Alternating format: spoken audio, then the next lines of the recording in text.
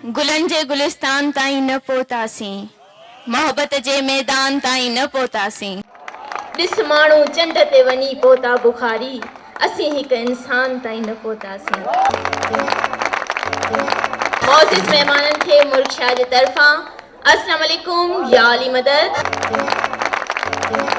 अॼु हिकिड़ो उभरंदड़ आवाज़, नओं आवाज़ जंहिंखे अव्हां जी मोट जी सख़्त ज़रूरत आहे। जेकॾहिं अव्हां उनखे मोट ॾिनी त अञा वधीक उन जूं कोशिशूं रहंदियूं, अञा वधीक अहिड़ा ख़ूबसूरत एल्बम हू रिलीज़ कंदो। ऐं अॼु आमिर सिंधी जो हीउ एल्बम रिलीज़ थी चुको आहे, मुंहिंजा नसीब, कोमल इंटरप्राइज़िस ऐं कशिश टीवी जे ताउन सां। त मां उन सुरीले फ़नकार खे इन स्टेज ते दावत ॾींदसि। भरपूर उन जो इस्तक़बाल कजो पंहिंजी ताड़ियुनि सां। अव्हां जी ताड़ियुनि जी गूंज में अचे थो सिंध जो सुरीलो रागी आमिर सिंधी। अस्सलाम वालेकुम।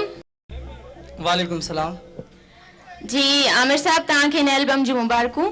खैर मुबारकूं।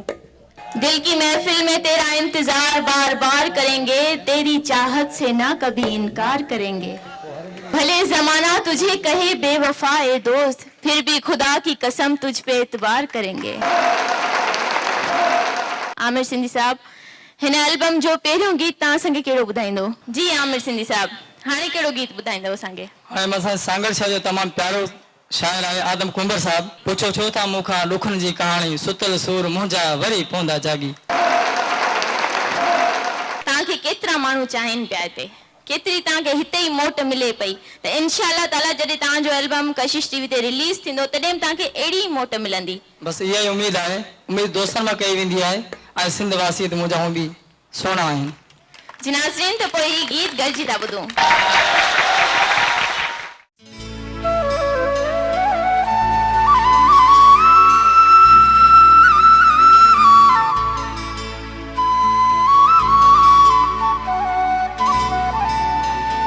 छने में जने खां पयो रुआं ऐं रणा,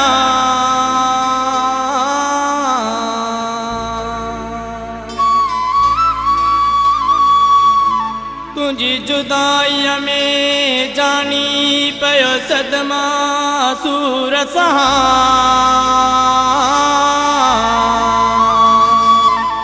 हाणे कीअं जियां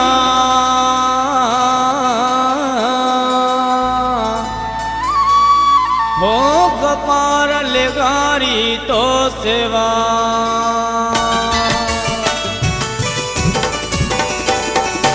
पुछो तमूं ॾुखनि जी कहाणी, सुतल सूर मुंहिंजा वरी पवंदा जागी।